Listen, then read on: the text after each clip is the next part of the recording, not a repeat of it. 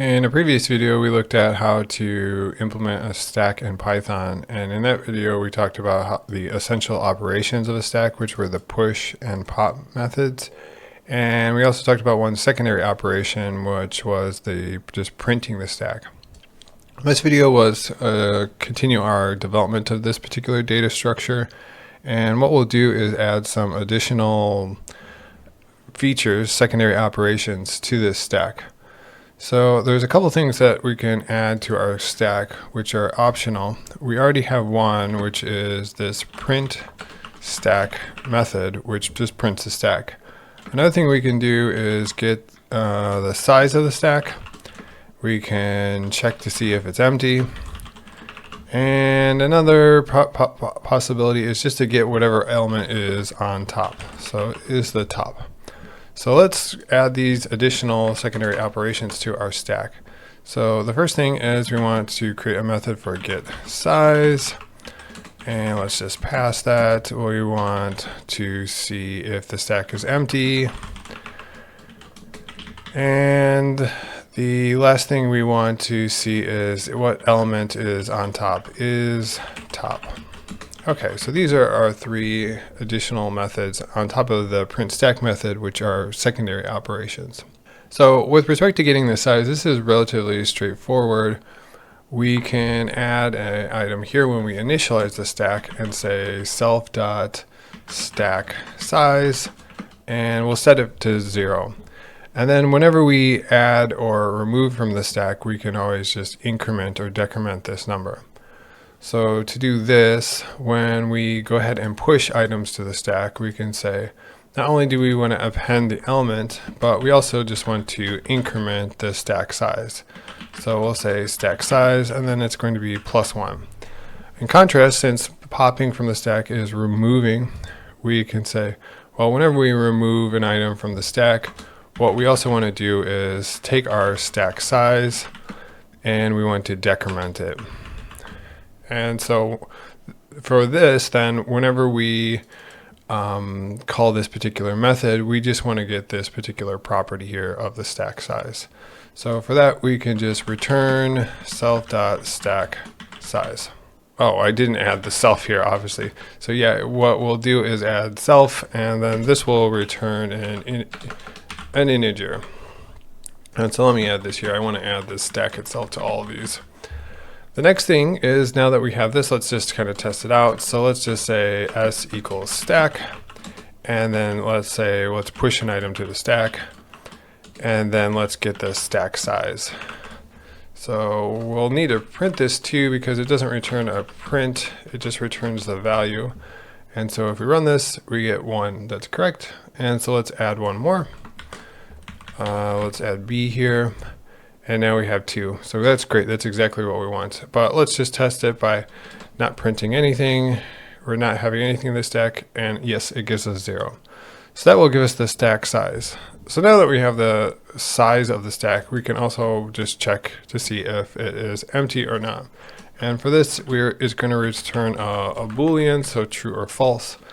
And so what we'll say is, well, whenever we call this particular method, we just want to check to see if our getSize method returns 0. And if it does, then what we'll have is it'll come back true if it's empty, if it's 0, and it will come back false if it's not 0. So let's just say, let's add a couple items to the list, or to the stack. So let's say A, and then let's add another one, B. And so in this case, we're getting the size, it should be 0, but instead of that, we want to just check to see if it's empty. And we also want to check to see if these two items are empty here. Is empty.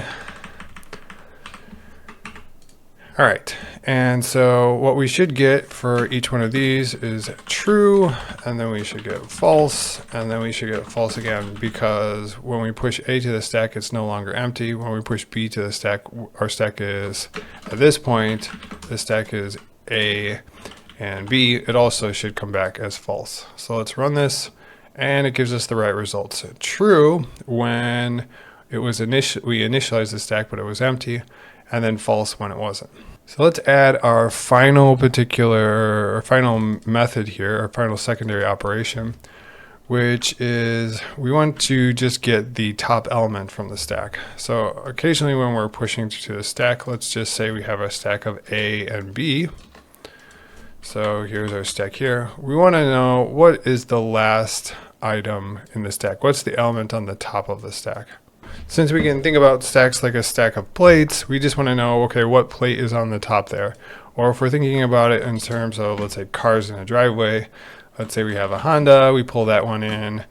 Then the next car that we pull into the driveway is, I don't know, a Toyota, and then it's a Ford.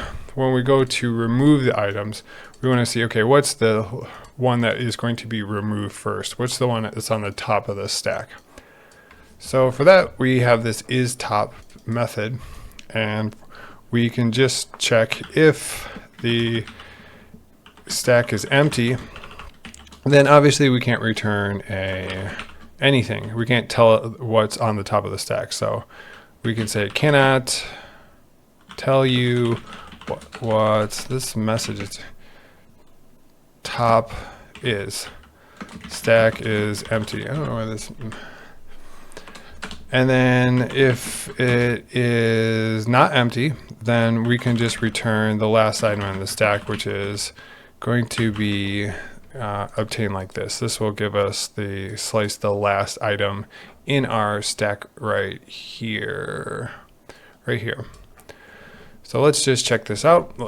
So we want to return the top of the item. And since now that I'm thinking about this, I actually don't want to, for this particular method, want to know what isTop is. I actually just want to get the top of the, so let's redefine this as getTop. And I don't think I wrote anywhere, yep, I said getTop. We could add a isTop method, but here I just want to get the top number. And so when we return self.data -1, it's going to return the whatever the top is. And so if we write get top, this should, if we print it, it should give us B, which is the item at the top of the, and that's what we got here. So we got B. Now let's take a look if we had an empty stack. So if we got get top, it should say, well, I can't tell you what the top is, the stack is empty, and then it returns none. So yeah, that is what the function is returning, so we can make that explicit by just saying, well, let's return none. So now what we have is our class stack, which has the essential operations of push and pop, and then we have some secondary operations of printing the stack, getting the size, isTop, or getTop. We could add other ones, but we'll save that for the next video.